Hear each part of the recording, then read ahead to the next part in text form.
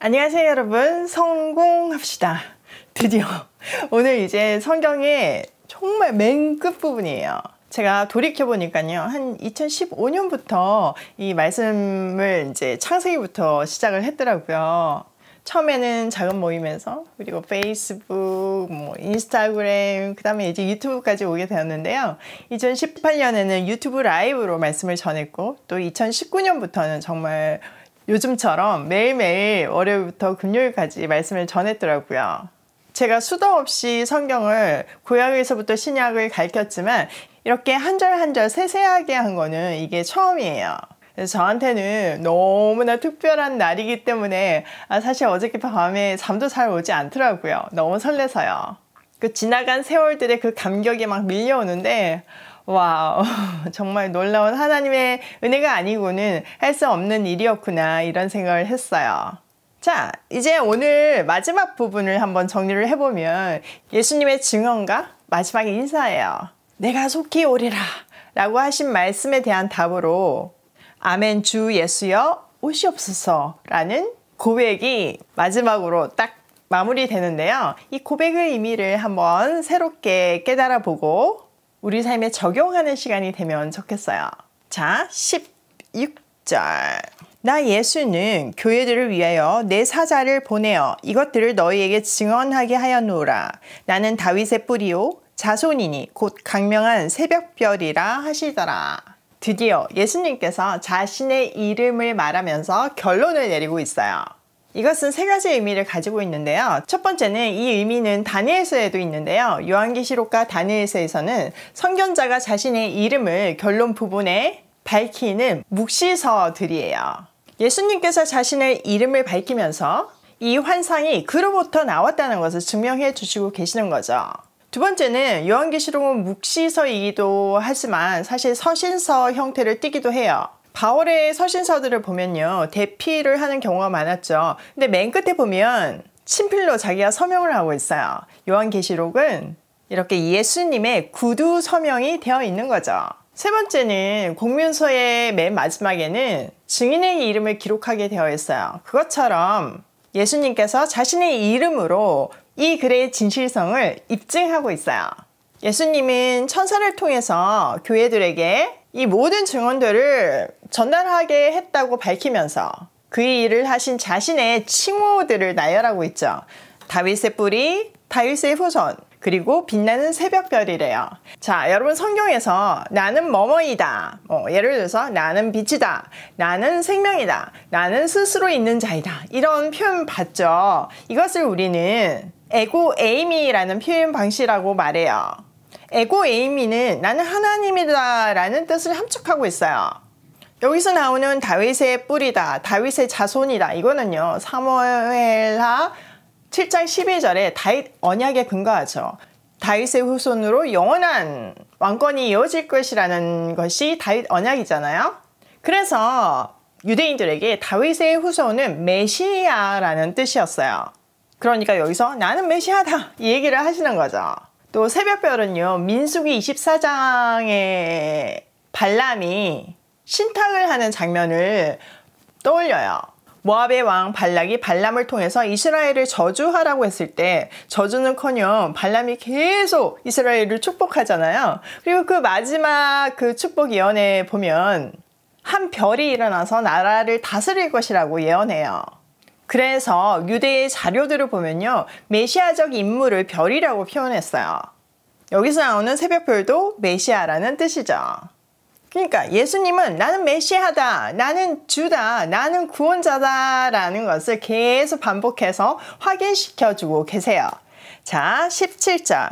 성령과 신부가 말씀하시기를 오라 하시는도다. 듣는 자도 오라 할 것이요, 목마른 자도 올 것이요, 또 원하는 자는 값없이 생명수를 받으리라 하시더라.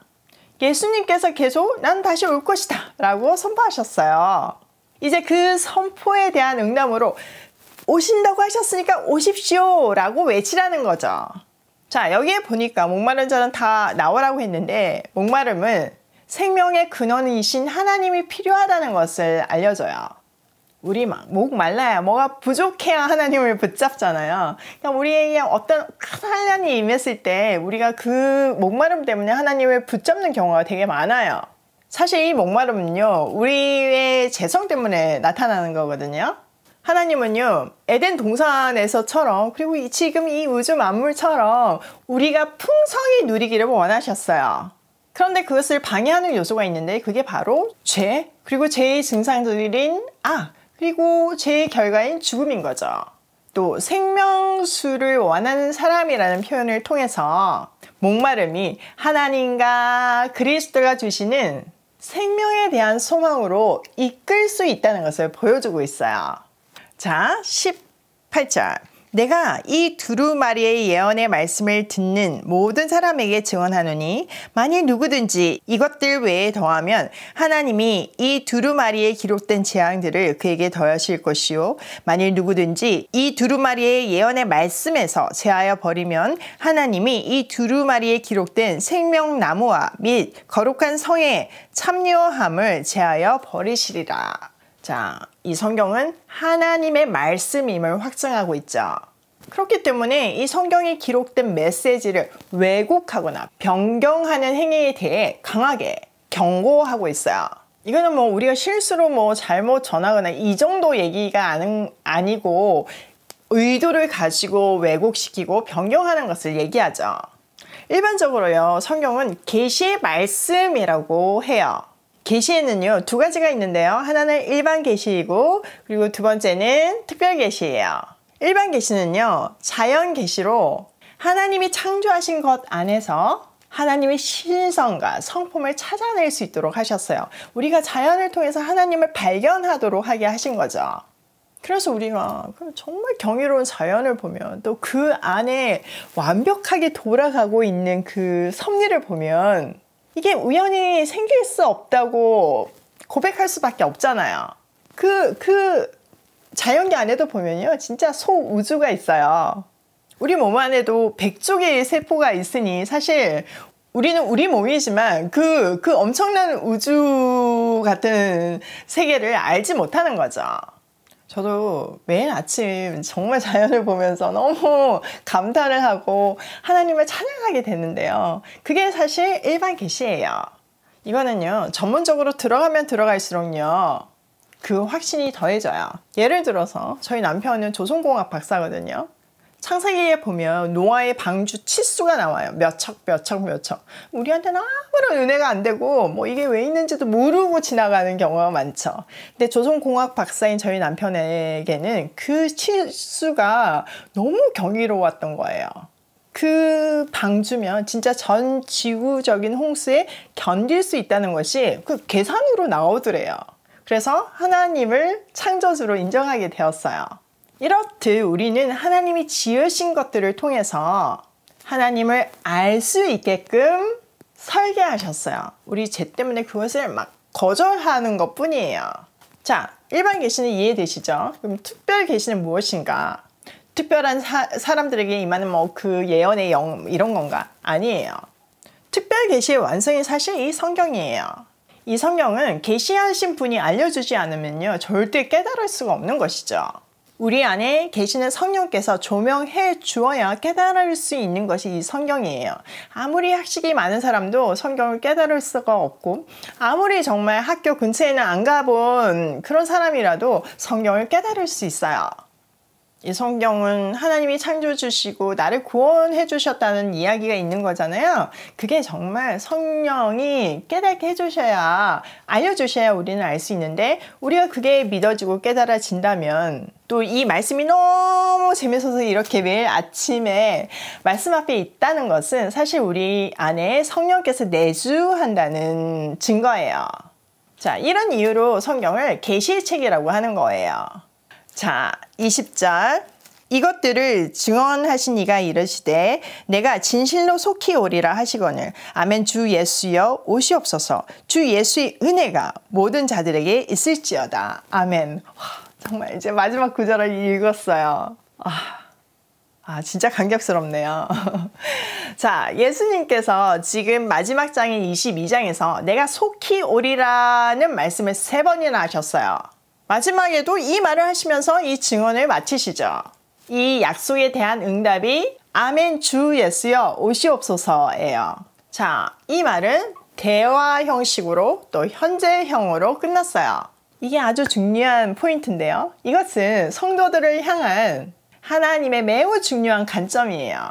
요한계시록은 사실 종말을 강조하고 있어요. 그리고 우리는 그 종말이 언제 오는 거지? 어떻게 이루어지는 거지? 뭐 이런 시간과 뭐 형식에 관심이 있지만요. 사실 요한계시록에서 종말을 강조하는 이유는요. 종말의 긴박성을 얘기하는 거예요. 마지막 결론까지 종말의 긴박성을 말씀하시며 너희는 삶으로 준비하고 있어야 된다. 이 메시지를 주시는 거죠. 우리는 늘 아멘 주 예수여 오시옵소서 라는 종말의 긴박성에 대한 신앙 고백을 삶에서 보이며 살아야 해요. 오시면 오시는가 보다 이게 아니라는 거죠. 그 종말에 초점을 맞출 때, 그 종말의 긴박성에 내 삶이 초점이 맞춰질 때 내 삶은 완전히 달라질 수밖에 없어요. 이것이 이 결론이 현재형으로 되어 있고 대화 형식으로 끝나고 있는 이유예요.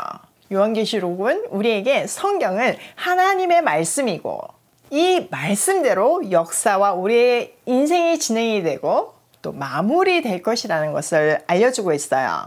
그러므로 우리는 이 종말의 긴박성을 붙들고 하나님의 자녀답게 인내하며 순종하는 오늘을 살아야 해요. 시선을 예수 그리스도께 고정시키고요. 자, 오늘 내용을 우리 삶에 한번 적용을 해보면요. 첫 번째, 성경대로 이루어진다. 진짜 성경대로 이루어져요. 여러분, 성경은요, 한마디로 얘기하면 사랑 이야기예요. 하나님이 우리를 얼마나 사랑하시는지에 대한 이야기죠. 그 사랑의 결정체를 보여주는 것이 사실 예수 그리스도예요. 아들을 대신 죽게 함으로 우리를 살리신다는 그 놀라운 사랑 이야기. 우리는 그 경지를 헤아릴 수가 없죠. 그 사랑 이야기는 지금 이 요한계시록에서 마무리되었어요. 알파요 오메가이신 하나님께서 시작한 일을 반드시 끝낼 것이라는 것을 알려주는 것이 이 성경책이에요. 우리의 구원은 이렇게 확실하다는 이야기죠. 그러므로 우리는 주님 다시 오시는 그날까지 이 진짜 살아있는 말씀을 붙들고 말씀대로 살아야 해요. 그것이 크리스찬의 의무가 아니고요. 구원받은 백성의 특권이에요. 우리가 말씀대로 하나님 사랑, 이웃 사랑을 실천하며 살 때 우리 이웃만 행복한 것이 아니고요. 나에게도 가장 행복한 삶을 선물해요. 두 번째, 일반 계시와 특별 계시로 하나님을 풍성히 누리자. 하나님은요, 째째하신 분이 아니세요. 우리가 풍성히 누리기를 원하세요. 우리가 자녀한테도 풍성히 누리기를 원해서 그렇게 막 열심히 하는 거잖아요. 근데 이 전능하신 하나님은 오죽하시겠어요. 우리는 부족해서 해주고 싶어도 못 해주지만 이 전능하신 하나님은 모든 것을 풍성하게 누리게 해주세요. 우리가 그것을 믿고 그것을 붙잡고 살 때요. 세 번째, 아멘 주 예수여 오시옵소서. 이 고백이요, 우리의 삶의 고백이 되어야 돼요. 정말 이 말처럼 종말의 긴박성을 붙들고 하나님 자녀답게 살아야 해요. 오늘도 일반 계시와 특별 계시로 하나님을 풍성히 누리며 아멘 주 예수여 오시옵소서의 고백을 가지고 고고싱해요. 여러분 정말 수고 많으셨어요. 너무나 감사한 시간을 이렇게 마무리하네요. 개인적으로 너무 감격스러운 날이고요. 또 새로운 시작이 있기 때문에 기대되는 날이기도 해요. 얼마나 타이밍이 완벽한지요. 이 성경이 끝난 시간에 맞춰서 제가 성지 순례를 가게 되었어요. 그 성지 순례도 사실 갑자기 기획된 게 아니라 몇 년 전부터 기획된 거거든요. 갈 날짜가 이제 이번에 정해진 거예요. 근데 어쩜 이렇게 타이밍이 맞는지 이거는 정말 하나님의 선물이라고 밖에는 말할 수가 없는 것 같아요. 그 다음 일정이 조금 궁금하실 건데요. 일단 지금 이 영상은 제가 금요일날 녹화하지만 여러분은 월요일날 보실 수 있으실 거예요. 그리고 제가 설문조사를 보니까 여러분은 세상에서 크리스찬의 삶에 대해서 많이 궁금해 하시더라고요. 그리고 두 번째가 이제 기도 생활이었는데요. 제가 다음 주는 그 내용을 조금 정리해서 나누는 시간을 가지려고 해요. 그리고 성지 순례 가서는 그냥 안 할까 생각을 했거든요. 근데 생각해보니까 저는 말씀을 매일 묵상하는 사람이고 그 말씀 묵상 없이는 아무것도 안 하는 사람이거든요. 근데 여러분도 마찬가지일 거라는 생각이 드는 거예요. 그래서 지금같이 제가 이렇게 본문을 막 연구해가지고 하는 그런 성경 공부가 아니라 정말 한 구절 현장에서 은혜 받은 이야기를 가지고 짧게 나누는 매일의 시간을 가지려고 해요. 그러면 저도 부담이 별로 안 되고 여러분도 말씀 가운데서 함께 걸어갈 수 있을 것 같아서요. 그리고 이제 성지 순례가 열흘 동안 하는데요. 갔다 와서는 다시 창세기로 들어가서 시작할 거고요. 그리고 성지 순례에서 찍은 영상은 편집해서 지금 계획으로는 뭐 일주일에 한 편씩 올리려고 하고 있으니까 많이 기도해 주시고 기대해 주세요.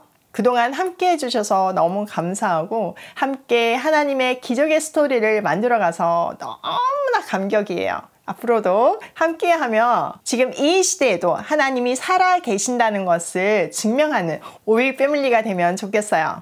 감사합니다.